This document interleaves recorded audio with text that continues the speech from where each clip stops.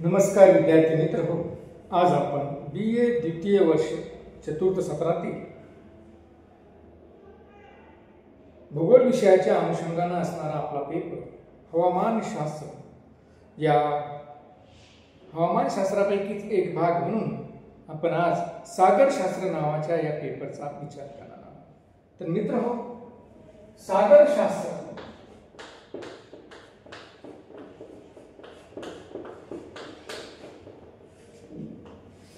ज्याला आपण ओशियनोग्राफी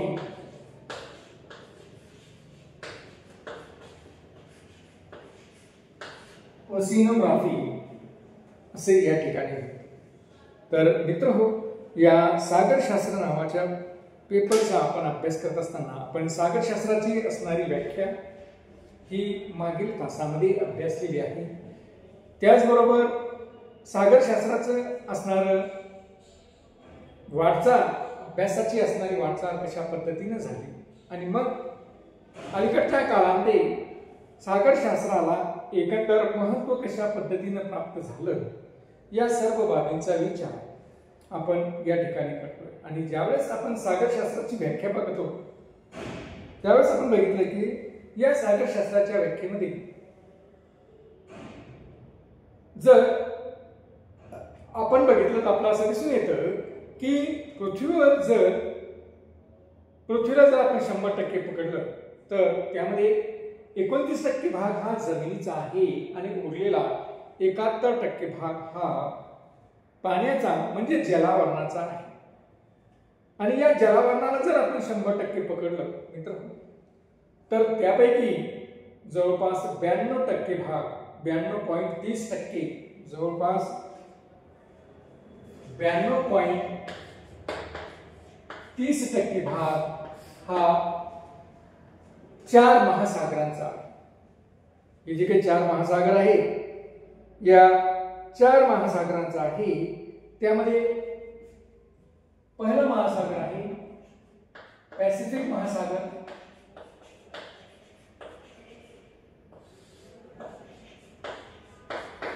महासागर,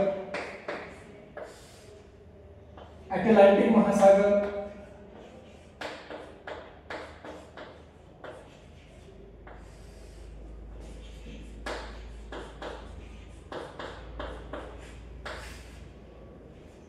हिंदी महासागर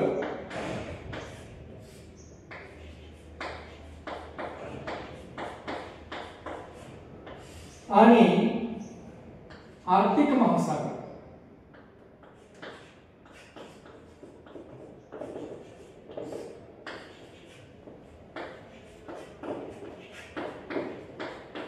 या 4 महासागरांनी एकूण जलावरणापैकी 92% भाग हा व्यापलेला आहे। 92.30% भाग या 4 महासागरांनी व्यापलेला आहे।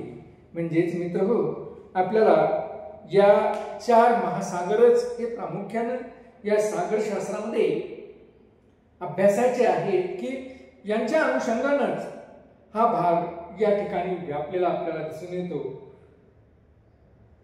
या व्यतिरिक्त मग राहिलेल्या भागामध्ये ज्याकडे समुद्र आहे, खाड्या आहे, आखात आहे, या भागांचा प्रामुख्याने त्यामध्ये समावेश आहे। खाड्या असतील, आखात असेल, यांना मिळून मग एकूण 100% हा महासागराचा भाग होतो। परंतु यामध्ये आपण जर बघितलं तर जवळपास 92.30% भाग हा या महासागराने व्यापलेला आपल्याला दिसून येतो। मित्र हो, या ठिकाणी जर बघितलं आपण तर आपल्याला असं दिसतंय की पॅसिफिक महासागर, या पॅसिफिक महासागराचा जर आपण विचार केला तर मित्र हो, हा पॅसिफिक महासागर हा जगातील सर्वात मोठा महासागर समजला। याचे क्षेत्रफळ सर्व महासागरांपेक्षा निश्चितच जास्त आहे। आकाराने हा महासागर, पॅसिफिक महासागर हा सर्वात मोठा महासागर म्हणून या ठिकाणी ओळखला जातो। या महासागराने पृथ्वीच्या एकूण क्षेत्रफळापैकी जवळपास एकूण क्षेत्रफळापैकी जवळपास 1/3 क्षेत्र हे एकट्या या पॅसिफिक महासागराने व्यापलेले आहे. म्हणजे पॅसिफिक महासागराने निश्चितच खूप मोठा भाग हा व्यापलेला आहे.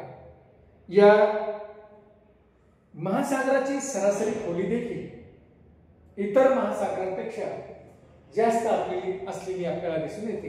म्हणजे सरासरी खोलीच्या बाबतीतही आपण जर बघितलं तर हा महासागर सर्वात जास्त खोल असलेला हा आपल्याला दिसून येतो. या महासागरामध्ये जपानचा समुद्र, पीत समुद्र, पूर्व व दक्षिण समुद्र, दक्षिण चीनचा समुद्र, तसंच ओखालसचा समुद्र, या 4 ते 5 समुद्रांचा प्रामुख्याने या महासागराच्या अनुषंगाने असलेला समावेश हा आपल्याला दिसून येतो. म्हणजे जगातील सर्वात मोठा महासागर म्हणून आपण पॅसिफिक महासागराचा उल्लेख हा या ठिकाणी करत असतो. त्यानंतर मित्र आपण जर बघितलं तर क्रमाने नंबर 2 क्रमांकाचा जो काही महासागर आहे तो आहे अटलांटिक महासागर. अटलांटिक महासागराच्या संदर्भामध्ये जर बघितलं तर या अटलांटिक महासागराने पृथ्वीच्या एकूण क्षेत्रफळापैकी जवळपास 1/6 क्षेत्रफळ हे व्यापलेलं आहे. म्हणजे निश्चित 1/6 क्षेत्रफळ या अटलांटिक महासागराने या ठिकाणी पृथ्वीच्या एकूण क्षेत्रफळापैकी व्यापलेलं आपल्याला दिसून येतं. या महासागराची सरासरी खोली ही हिंदी महासागरापेक्षा कमी असलेली आपल्याला दिसून येते. म्हणजे सरासरी खोलीच्या बाबतीत हा हिंदी महासागरापेक्षाही या महासागराची खोली ही कमी असलेली आपल्याला दिसून येते. या महासागराच्या सीमावर्ती भागामध्ये हा जो काही महासागर आहे या महासागराच्या सीमावर्ती भागामध्ये जे काही समुद्र आढळतात त्यामध्ये उत्तर समुद्र, हडसनचा उपसागर, मेक्सिकोचे आखात यासारखे समुद्र व आखाती प्रदेश क्षेत्र या महासागरामध्ये आपल्याला दिसून येतो. आणि या महासागराचा जो काही आकार आहे साधारणतः इंग्रजीच्या एस आकारासारखा हा महासागर हा असलेला आपल्याला दिसून येतो. म्हणजे निश्चित क्रमांक 2 ने मोठा असणारा हा अटलांटिक महासागर हा प्रामुख्याने या ठिकाणी आहे. त्यानंतर जो महासागर येतो क्रमाने 3ऱ्या क्रमांकावर असणारा जो काही महासागर आहे तो आहे हिंदी महासागर. या हिंदी महासागराचा जर आपण विचार केला मित्र तर हा हिंदी महासागर हा आकाराने निश्चितच या 2 महासागरापेक्षा लहान असलेला आपल्याला दिसतो. या महासागराचा आकार हा त्रिकोणासारखा आहे. साधारणतः त्रिकोणी आकार या महासागराचा असलेला आपल्याला दिसून येतो. आणि हा महासागर साधारणतः जर आपण बघितलं तर हा एक जगातला 3रा असा मोठा असणारा महासागर हा असलेला आपल्याला दिसतो. या ठिकाणी आपण जर बघितलं तर या महासागराची खोली आपण बघितलं की अटलांटिक महासागरापेक्षाही खोल असलेली आपल्याला या ठिकाणी दिसून येते. तसंच आपण जर बघितलं तर या महासागराच्या सीमावर्ती भागामध्ये तांबडा समुद्र, पर्शियन आखात, अरबी समुद्र, बंगालचे उपसागर यासारखे लहान मोठे समुद्र व उपसागर हे प्रामुख्याने या महासागराच्या सीमावर्ती प्रदेशामध्ये असलेले आपल्याला दिसून येतात. त्यामानाने जर आपण 4था महासागर बघितला तर तो आहे आर्क्टिक महासागर.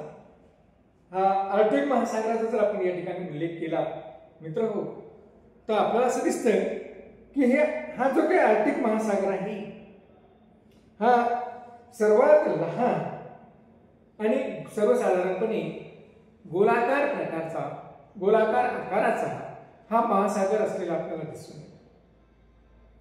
इतर महासागराच्या तुलनेने हे जे काही महासागर आहेत या महासागराच्या तुलनेने हा महासागर निश्चितच उथळ स्वरूपामध्ये आहे. याची खोली या तिन्ही महासागरापेक्षा निश्चित कमी असलेली आपल्याला दिसून येते. सरासरी या महासागराची जी काही खोली आहे ती खोली आहे 1117 मीटर. एवढी कमी खोली या महासागराची सर्वसाधारणपणे असलेली आपल्याला दिसून येते. हा महासागर उत्तर ध्रुवीय प्रदेशात असल्यामुळे प्रदेशालगत असल्यामुळे प्रामुख्याने हा महासागर अतिशय थंड आहे. प्रामुख्याने आपण जर बघितलं तर आपल्याला असं दिसतं की या महासागराला साधारणतः अतिशय थंड महासागर किंवा बऱ्याच अवस्थेमध्ये बऱ्याच कालावधीमध्ये हा महासागर आपल्याला गोठलेल्या अवस्थेमध्ये या ठिकाणी दिसून आलेला आपल्याला दिसतो.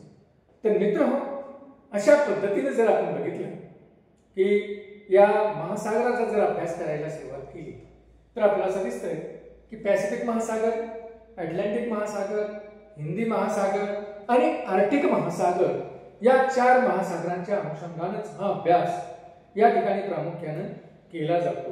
आणि मग या ठिकाणी आपण अभ्यास करत असताना महासागरांचा एकंदर त्या महासागरांची असणारी तळरचना कशी आहे, त्या महासागराची तळरचना कशी आहे ही तळरचना अभ्यासण्याचा प्रयत्न आपण करत असतो.